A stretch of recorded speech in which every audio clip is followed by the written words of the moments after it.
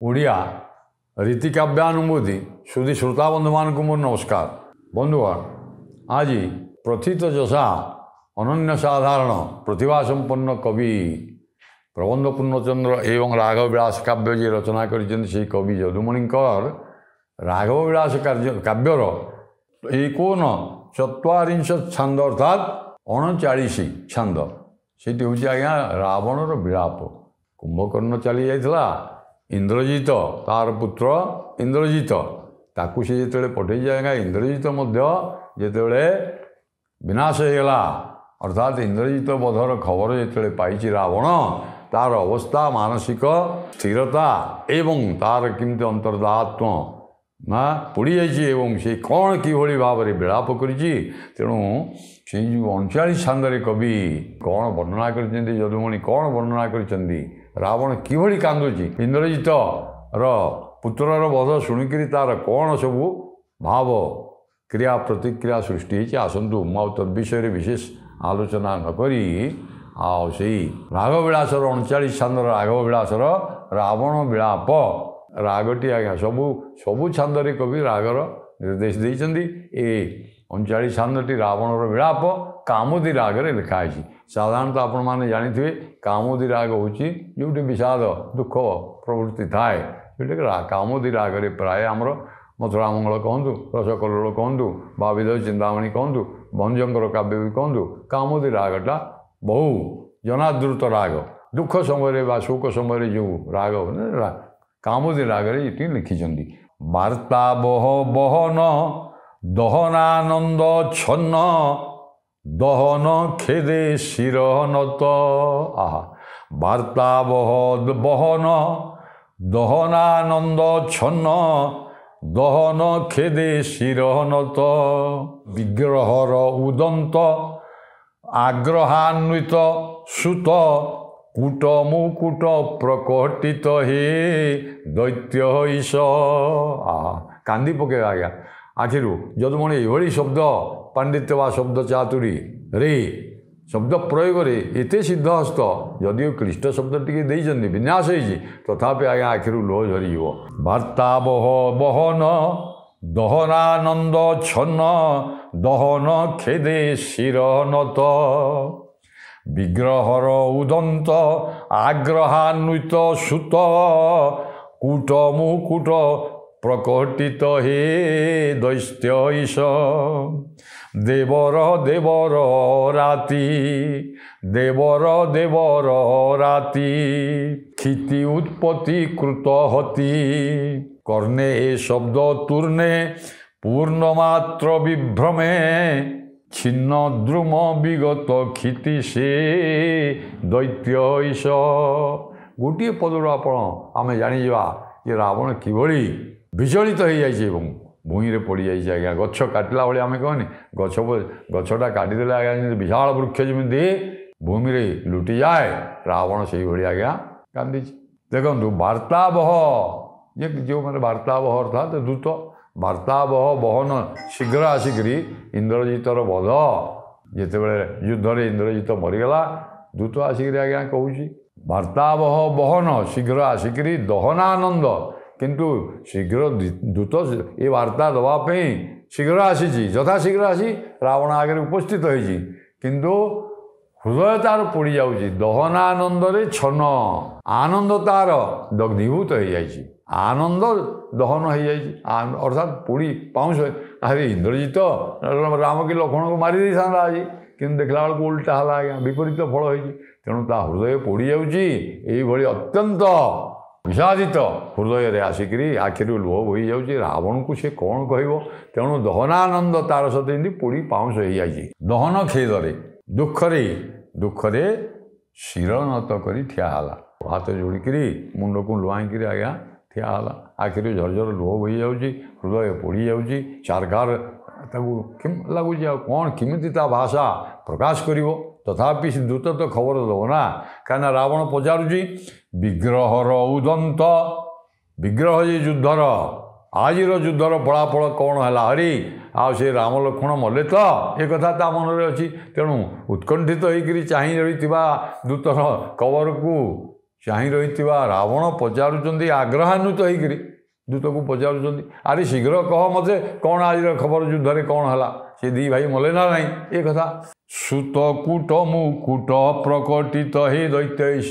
ଓ ସୁତ, ଆପଣଙ୍କର ହେ ଦୈତ୍ୟଈଶ ଲଙ୍କେଶ ରାବଣ କୂଟ ମୁକୁଟ ପ୍ରକଟିତ, କୂଟ ମୁକୁଟ ମାୟା ଯୁଦ୍ଧରେ, କୂଟ ମାୟା ଯୁଦ୍ଧରେ ଯିଏ ମୁକୁଟ ସ୍ଥାନୀୟ ପ୍ରବୀଣ, ମାୟା ଯୁଦ୍ଧରେ ଯିଏ, ଆଉ ଯିଏ ଦେବରାଜ ଇନ୍ଦ୍ରଙ୍କୁ ଦେବତାମାନଙ୍କୁ, ତା ନାଁ ଇନ୍ଦ୍ରଜିତ ପରା, ତେଣୁ ଦେବତାମାନଙ୍କୁ ଯିଏ ପରାସ୍ତ ମାୟା ଯୁଦ୍ଧ କରିକିରି ଇତ୍ୟାଦି କରିକିରି ଯିଏ ସିଦ୍ଧହସ୍ତ ଥିଲା ମୁକୁଟ, ମାୟା ଯୁଦ୍ଧରେ ଯିଏ ମୁକୁଟ ସ୍ଥାନୀୟ ସେଇଭଳି ଯେଉଁ ଆପଣଙ୍କର ପୁତ୍ର ସୁତ ଯିଏ ଇନ୍ଦ୍ରଜିତ, ଆଜି ତାର ସମସ୍ତ ବ୍ୟର୍ଥ ହେଇଯାଇଛି। ଏବଂ ହେ ଦୈତ୍ୟଈଶ ଦେବର ଦେବର ଅରାତି, ହେ ରାଜକୁମାର ଦେବର ଅରାତି ଅର୍ଥାତ୍ ଦେବତାମାନଙ୍କର ଶତ୍ରୁ ଯେ ଇନ୍ଦ୍ରଜିତ, କ୍ଷିତି ଉତ୍ପତ୍ତି କୃତ ହତ୍ୟା। ଆଉ କହିବି କ'ଣ ଆପଣଙ୍କୁ, ସେଇ କ୍ଷିତି ଉତ୍ପତ୍ତି ଅର୍ଥାତ୍ କ୍ଷିତି ଯେଉଁ ପୃଥିବୀରୁ ଜାତ ହେଇଛି, ଭୂମିଜା ହେଉଛନ୍ତି, ଭୂମିରୁ ଜାତ ହେଇଥିଲେ ଆଜ୍ଞା ସୀତା, ତେଣୁ ସୀତାକୃତି ଅର୍ଥାତ୍ ସୀତାଙ୍କ ପାଇଁ ଆଜି ମଲେ।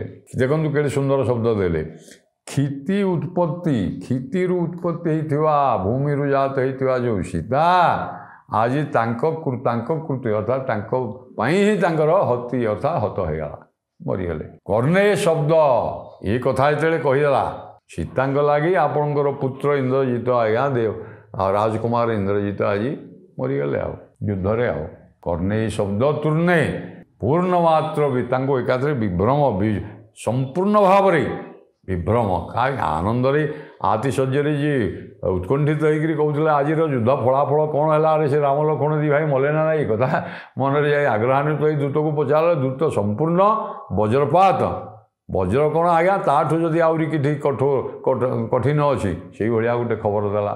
ଯେତେବେଳେ ଦେଲା ଶବ୍ଦ ଏଇ କର୍ଣ୍ଣରେ ଏଇ ଶବ୍ଦ ଯେତେବେଳେ ପଡ଼ିଗଲା, ଆଉ ଛିନ୍ନଦ୍ରୁମ ବିଗତ କ୍ଷିତି, ଏଇ ଛିନ୍ନଦ୍ରୁମ ହାଣି ଦେଇଥିବା ଗଛ ଯେମିତି ଭୂମିରେ ପଡ଼ିଯାଏ, ସେମିତି ରାବଣ ଆଜ୍ଞା ବୃକ୍ଷ କାଟିଲା ବୃକ୍ଷ ଭଳାଏ ଆଜ୍ଞା ଯେମିତି ପଡ଼ିଗଲା, ଭୂମିରେ ପଡ଼ିଗଲା। ଆଉ ଦେଖନ୍ତୁ ରାବଣର ଚରିତ୍ର, ଯେଉଁଠି ସେ କହୁଥିଲା, କାରଣ ଶୂର୍ପଣଖା ଯେତେବେଳେ ଆସିକିରି ନାକ କାନ କାଟିଛି, ଦରବାରରେ ବସିଛି ରାବଣ, ଚୌକିରୁ ମଧ୍ୟ ଉଠିନି, ଭଉଣୀର ନାସାକର୍ଣ୍ଣ କଟିଯାଇଛି, କୁମ୍ଭକର୍ଣ୍ଣର ବାର୍ତ୍ତା ବି ଶୁଣିଛି, ସବୁ ହେଇଛି, କିନ୍ତୁ ନିଜର ବଡ଼ ପୁଅ ନା ଇନ୍ଦ୍ରଜିତ, ଏଣୁ ଇନ୍ଦ୍ରଜିତ ବଧ ହେଇଯାଇଛି। ଆଉ ତାର ସେ ଜାଣିଲା ଯେମିତି ମୋର ସମସ୍ତ ଅଙ୍ଗ, ଇନ୍ଦ୍ରଜିତ ମଲାନି ଯେ ସମସ୍ତ ଅଙ୍ଗ ପ୍ରତ୍ୟଙ୍ଗ ମୋର ଅଚଳ ହେଇଗଲା, ଛିନ୍ନ, ଆଜିକି ମୋ ହାତ ଗୋଡ଼ କାଟି ଦେଇଛି।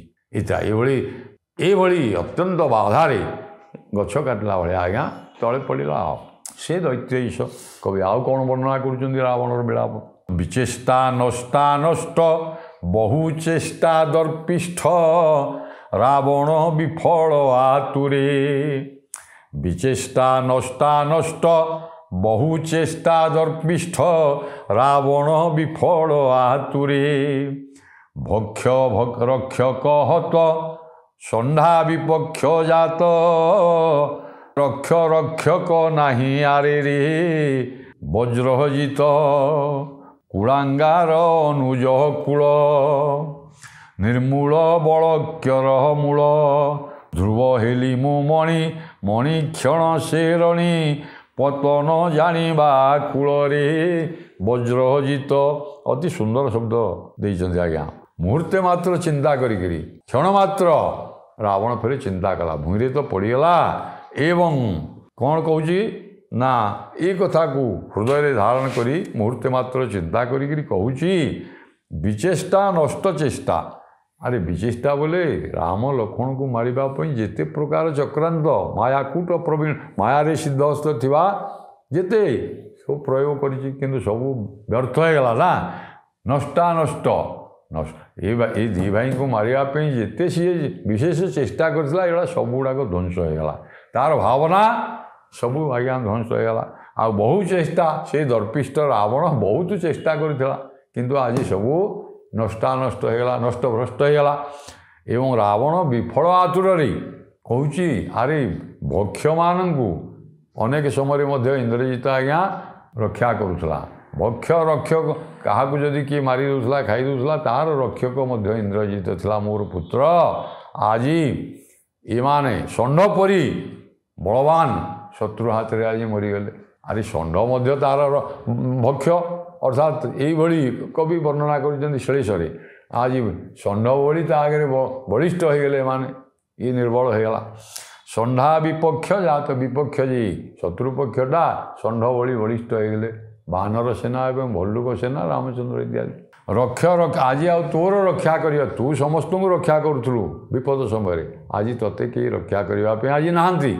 ରେ ବଜ୍ରଜିତ ବା ଇନ୍ଦ୍ରଜିତ ତାର ଅନ୍ୟ ନାମ। କୁଳାଙ୍ଗାର ଅନୁଜ, ମୁଁ ଜାଣିଲି ଯେ କୁଳାଙ୍ଗାର ଅନୁଜ ଆମର ଯିଏ ଅନୁଜ ଯେ ସାନ ଭାଇ ମୋର ବିଭୀଷଣ ତାଙ୍କ ପକ୍ଷରେ ରହିକିରି ସବୁ ଏ ଭେଦ ସବୁ କହିଦେଇଛି। ଆଉ କୁଳାଙ୍ଗାର ଅନୁଜ ନିର୍ମୂଳ, ଏ ବଂଶର ନିର୍ମୂଳ କରିବାର ଏକମାତ୍ର କାରଣ ସେଇ ବିଭୀଷଣ ଏବଂ ଧ୍ରୁବ ହେଲି। ମୁଁ ଏହା ସତ୍ୟ ମନେ କରୁଛି।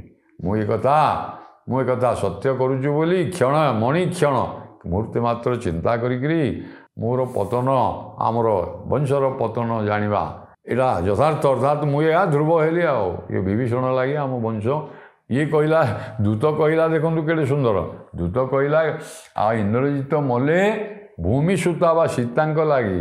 ଆପଣ ସୀତାଙ୍କୁ ଚୋରେଇ ଆଣିଲେ ରଖିଲେ ଇତ୍ୟାଦି ନ ହେଇଥିଲେ କାହିଁକି ଏତେ କଥା ହେଇଥାନ୍ତା। କିନ୍ତୁ ସେ କଥାକୁ କବି ଏଡ଼େଇ ଦେଇଛନ୍ତି। ଅର୍ଥାତ୍ ରାବଣର ଭାବନା ଦେଖନ୍ତୁ କବି ସୁନ୍ଦର ଭାବରେ, କବି ହେଲେ ଜାଣିବ ଏଥି ଶ୍ରମ ହିଁ କେତେ। ପ୍ରକୃତରେ ଯାହା ରସକଲ୍ଲୋଳକାର କହିଛନ୍ତି ଏ କଥାଟି ଲେଖିବା ପାଇଁ ମୁଁ ଜାଣି ମାରିଦେଲି ଏ କଥା ନ କହି କହୁଛି ବିଭୀଷଣ, ସେ କୁଳାଙ୍ଗାର ବିଭୀଷଣ ଆମର ବଂଶ ନିପାତ କରିବାଟା ମୁଁ ଧ୍ରୁବ ହେଲି। ଅର୍ଥାତ୍ ଆମର ସମସ୍ତ ଗୁପ୍ତ କଥା ଇତ୍ୟାଦି ସେ କହିଦେବା ଆମ ଏ କଥା। କବି ପୁଣି କ'ଣ କହୁଛନ୍ତି ଦେଖନ୍ତୁ। ବଲ୍ଲଭୀ ବରା ବରା ରୋହା ଅତି ଅଧୀରା ବିଧୀରା ଧୀରା ବାଣୀ ଭଣୀ।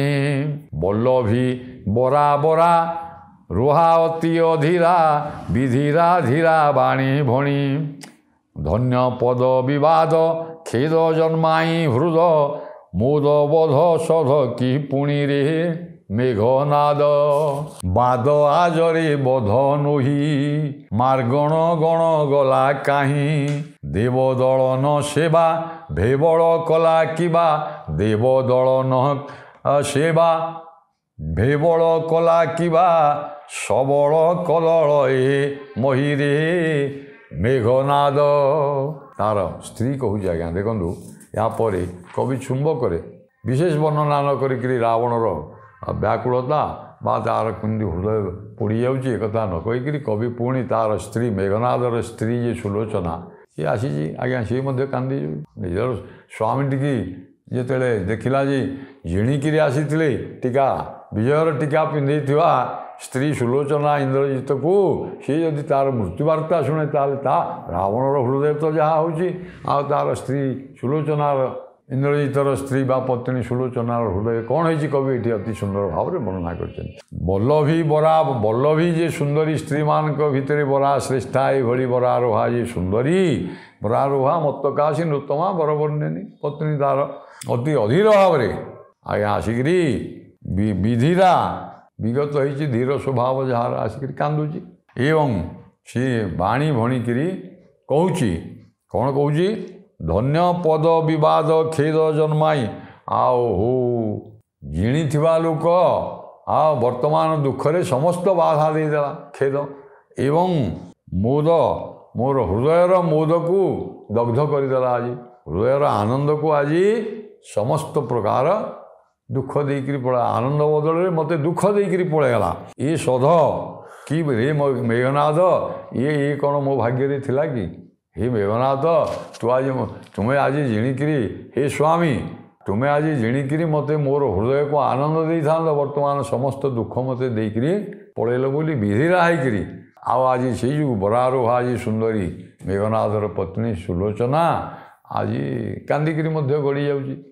ବିଗତ ହେଇଛି ଧୀର ସ୍ୱଭାବ ଯାହାର, ସିଏ ହେଲା ବିଧିରା ବୋଲି ଗୋଟେ ଶବ୍ଦ ଦେଲେ, କାନ୍ଦିକିରି ଗଡ଼ି ଯାଉଛି, ପାଟି କରିକିରି ଆଜ୍ଞା କାନ୍ଦୁଛି ଆଉ ବିକଳ ହେଇକିରି। ଆଉ ଏଇଭଳି ଆଉ କବି କ'ଣ କହୁଛନ୍ତି ନା, ବାଦ ଆଜରେ ବୋଧ ନୋହି।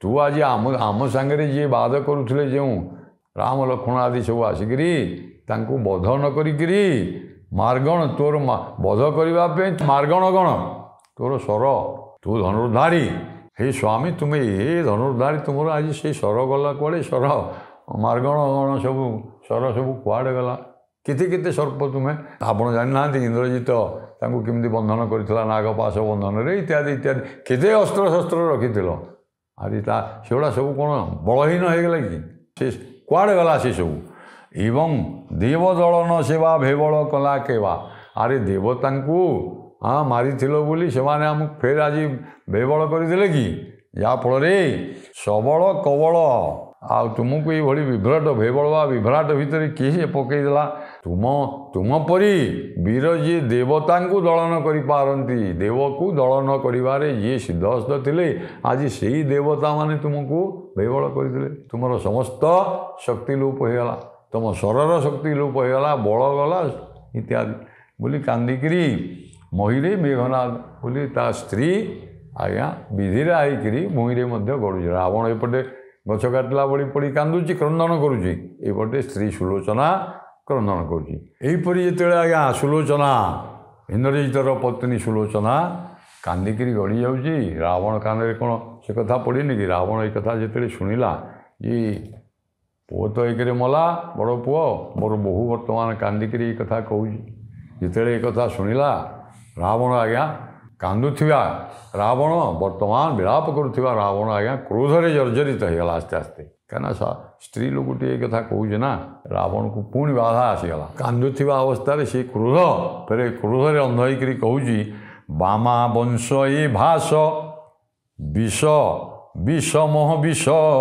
କ୍ଲେଶ ରୁଷ ଘାରି ଦେବାରୀ ସେ ଦେବାରୀ ଦେବତାଙ୍କର ଅରିଜେ ଶତ୍ରୁ ତାକୁ ବିଷତୁଲ୍ୟ ବୋଧ ହେଲା ବାମା ବଂଶର ଅବତଂଶ ଅର୍ଥାତ୍ ଏ ସୁଲୋଚନା ବାମା ବଂଶ ଏ ଭାସ ଅର୍ଥାତ୍ ବାମା ବଂଶର ବାମା ଯେ ସ୍ତ୍ରୀ ଆଜ୍ଞା ସୁନ୍ଦରୀ ସ୍ତ୍ରୀକି ବାମା ବୋଲି କହନ୍ତି ଏ ଭାଷ ଶୁଣିକିରି ବିଷ ଭଳିଆ ବିଷମୟ ଭାଷା ଶୁଣିକିରି ତାକୁ ବିଷମ ବୋଧ ହେଲା ସେ କଥାଟା ଏବଂ ବିଷ କ୍ଲେଶ ବିଷରେ କ୍ଲେଶ କଷ୍ଟ ବିଷ ଖାଇଲେ ଯେମିତି ଲୋକଙ୍କୁ ଲାଗେ ଏ ସୁଲୋଚନାର ଇନ୍ଦ୍ରଜିତଙ୍କ ପତ୍ନୀ ସୁଲୋଚନାର କଥା ଗୁଡ଼ା ତାକୁ ବିଷ ଭଳିଆ ଆଜ୍ଞା ଲାଗିଲା ବିଷମ ତେଣୁ ସେ ଘାରି ହେଲା ଭଳି ସେ ରାବଣ ଅତ୍ୟନ୍ତ କ୍ରୋଧ ହେଇକିରି ବିକୋଷକ କୃପାଣ ପଣତ ବିଚକ୍ଷଣ ବିକୋଷକ କୃପାଣକୁ ବିକୋଷ କଲା ଅର୍ଥାତ୍ ଖଣ୍ଡାକୁ ତା ଆଗରେ ଏମିତି ଦେଖେଇକିରି ଆଜ୍ଞା ଠିଆ ହେଇକିରି ପ୍ରତିଜ୍ଞା କରୁଛି ନା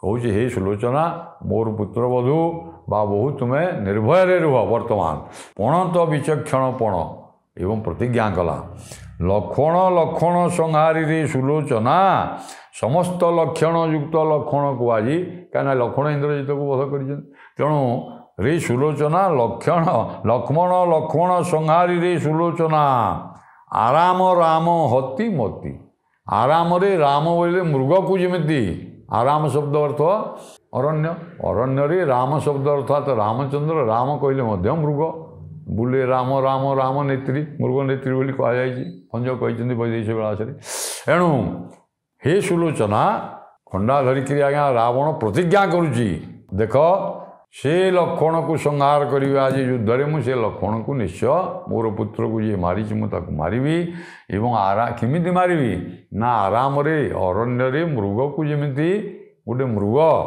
ବୋଲି ବୋଧ ହେଲା ଲକ୍ଷ୍ମଣ ତା ଆଗରେ ମୃଗ ଭଳିଆ ବୋଲି ତାକୁ ବିଚାର କରୁଛି ଲୋକ ମାରିଦିଏ ଆଜି ମୁଁ ତାକୁ ସେଇଭଳି ମାରିବି ଏବଂ କପିଶ ତପି ସେବା ହତି କପିଶ ଇଏ ସୁଗ୍ରୀବକୁ ମଧ୍ୟ ମାରିବି କପିମାନଙ୍କର ଇଶ ତାକୁ ମଧ୍ୟ ମାରିବି ଆଜି ଏବଂ ରୁକ୍ଷ ନଖ ପ୍ରତିଭା ନିର୍ବାହ କରି ମୋ ପ୍ରଭା କପି ମୋ ଜୀବ ଭଜିବତ ପତି ସୁଲୋଚନା ଏବଂ ରାମଚନ୍ଦ୍ରଙ୍କୁ ମଧ୍ୟ ରୁକ୍ଷ ନଖ ଭଳି ଯିଏ ଶ୍ୟାମଳ ବର୍ଣ୍ଣ ଦେଖାଯାଉଛନ୍ତି ଆଉ ତାକୁ ଅର୍ଥାତ୍ ରାମଚନ୍ଦ୍ରଙ୍କୁ ମଧ୍ୟ ମୁଁ ମାରିବି ଏ ରାମ ଲକ୍ଷ୍ମଣ ଏବଂ ସୁଗ୍ରୀବ ଏ ତିନି ଜଣଙ୍କୁ ଆଜି ମୁଁ ମାରିବି ହେଲା ଏଣୁ ରାମଚନ୍ଦ୍ରଙ୍କର ସେବାକାରୀ କପିଶ ଏ ତପି ଯେ ରାମଚନ୍ଦ୍ରର ସେବାକାରୀ କପିଶ ଅର୍ଥାତ୍ ସୁଗ୍ରୀବକୁ ମାରିବି ସମସ୍ତ ଲକ୍ଷଣ ଯୁକ୍ତ ଲକ୍ଷ୍ମଣକୁ ମାରିବି ଏବଂ ଶ୍ୟାମଳ ବର୍ଣ୍ଣ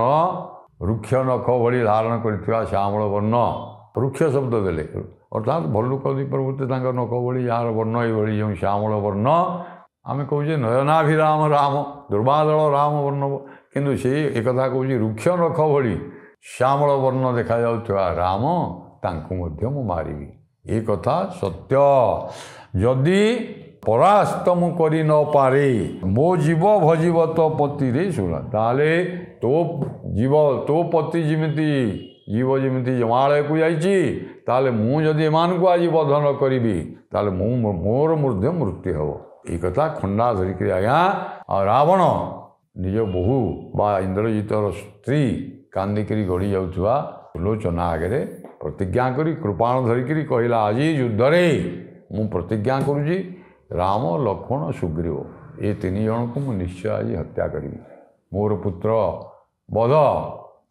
जनित जो शोक मो हृदय दूर हम तू तोर शोक संताप्त या संतप्त हृदय तू सांत्वना लाभ करी जदि एक कथा मु न करे हे सुलोचना जानी था ताले मोर जीवन आज जाने ये कथा दृढ़ सत्य ध्रुव ध्रुव अर्थात मु सत्य त्रिवार सत्य करुँच कथा हे सुलोचना जानी था यही भाव कवि यदुमणि सुंदर शब्द संयोजना माध्यम रावणर विलाप अर्थात 39 छंदटी आज्ञा वर्णना कर कवि आउ कौन वर्णना कर समय हेले कहवा।